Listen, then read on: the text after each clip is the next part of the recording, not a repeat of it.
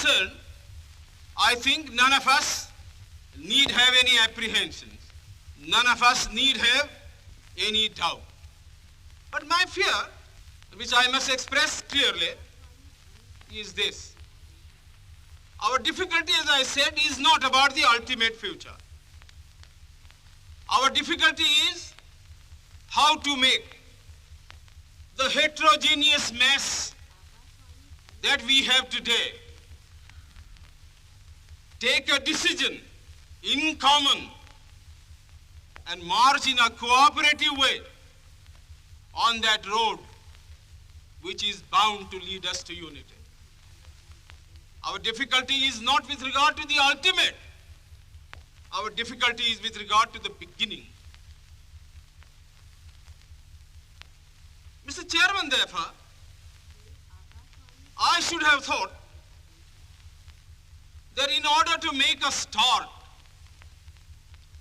in order to induce every party, every section in this country, it would be the act of greatest statesmanship for the majority party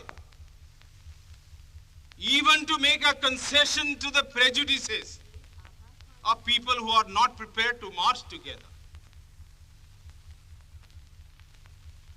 And it is for that I propose to make this appeal. Let us leave aside slogans. Let us leave aside words which frighten people. Let us even make concession to the prejudices of our opponents.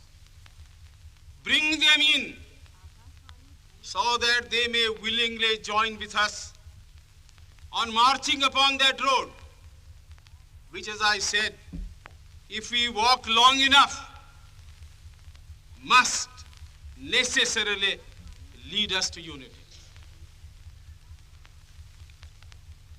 And if I, therefore, from this place, support Dr. Jaikar's amendment,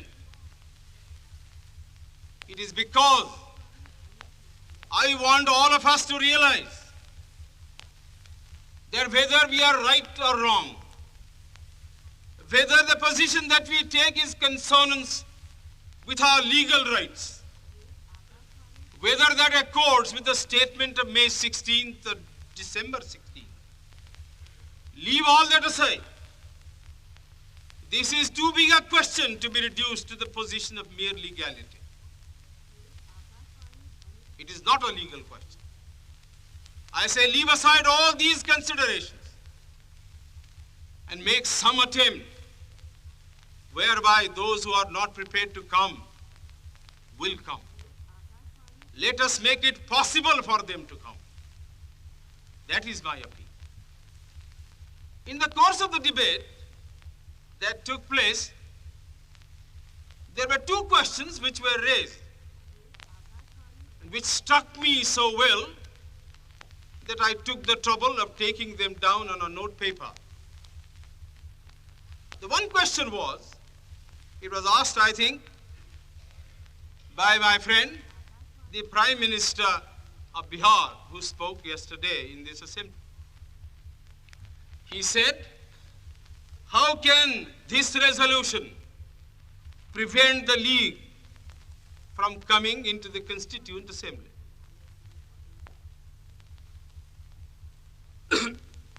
Today, my friend Dr. Shyam Prasad Mukherjee asked another question.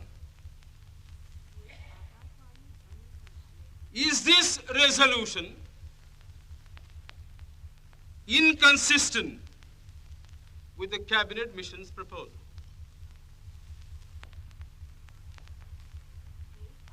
Now, sir, I think they were very important questions. And they, I think, ought to be answered. And answered categorically. I do maintain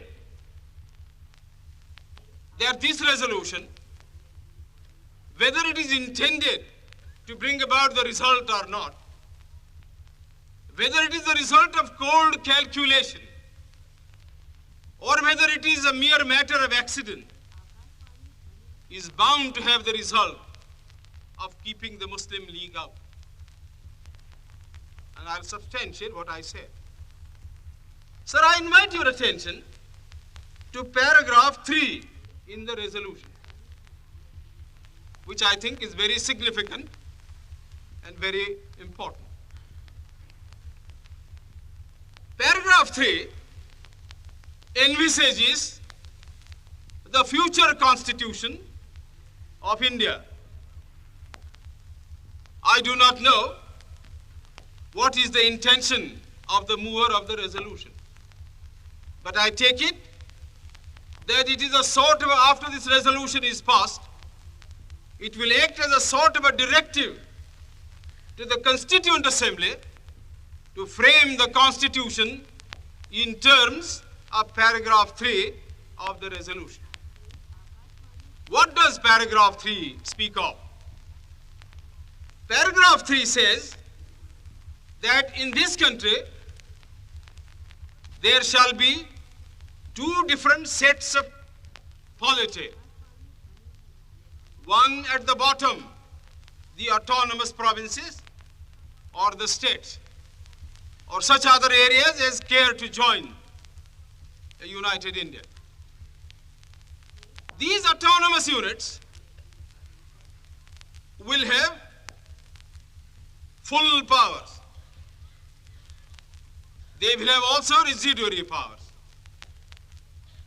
At the top and over the provincial units, there will be a union government having certain subjects for legislation, for execution, and for administration. Sir, as I read this part of the resolution, I do not find any reference to the idea of grouping an intermediary structure between the union on the one hand and the provinces on the other. Now, reading this paragraph in the light of the cabinet mission's statement, or reading it even in the light of the resolution passed by the Congress at its Wardha session, I must confess that I am a great deal surprised at the absence of any reference to the idea of the grouping of the provinces. So far as I am personally concerned, I do not like the idea of grouping. I like a strong, united center, much stronger than the center we had created under the Government of India Act of 1935. But sir, these opinions, these wishes have no bearing on the situation at all. We have traveled a long road. The Congress party, for the reasons best known to itself, consented, if I may use the expression, to the dismantling of a strong center which had grown into this country as a result of 150 years of administration, and which I must say was to me a matter of great admiration and respect. But having given up that position, having said that we do not want a strong center, and having accepted that there must be or should be an intermediate polity, a sub-federation between the union government and the provinces, I like to know why there is no reference in paragraph 3 to the idea of grouping. I quite understand that the Congress party, the Muslim League, and His Majesty's government is not ad idem on the interpretation of that particular idea about grouping. But I always thought, and I will be prepared to stand corrected if it's shown that I am wrong, that at least it was agreed by the Congress party that if the provinces who are to be within the different groups consent to form a union or a sub-federation, the Congress would have no objection to that proposal. I believe I am correct in interpreting the mind of the Congress party. So the question that I ask is this: why did not the mover of this resolution make reference to the idea of having a union of the provinces or a group of provinces on the terms on which he and his party was prepared to accept? Why is the idea of union completely effaced from this resolution? I find no answer.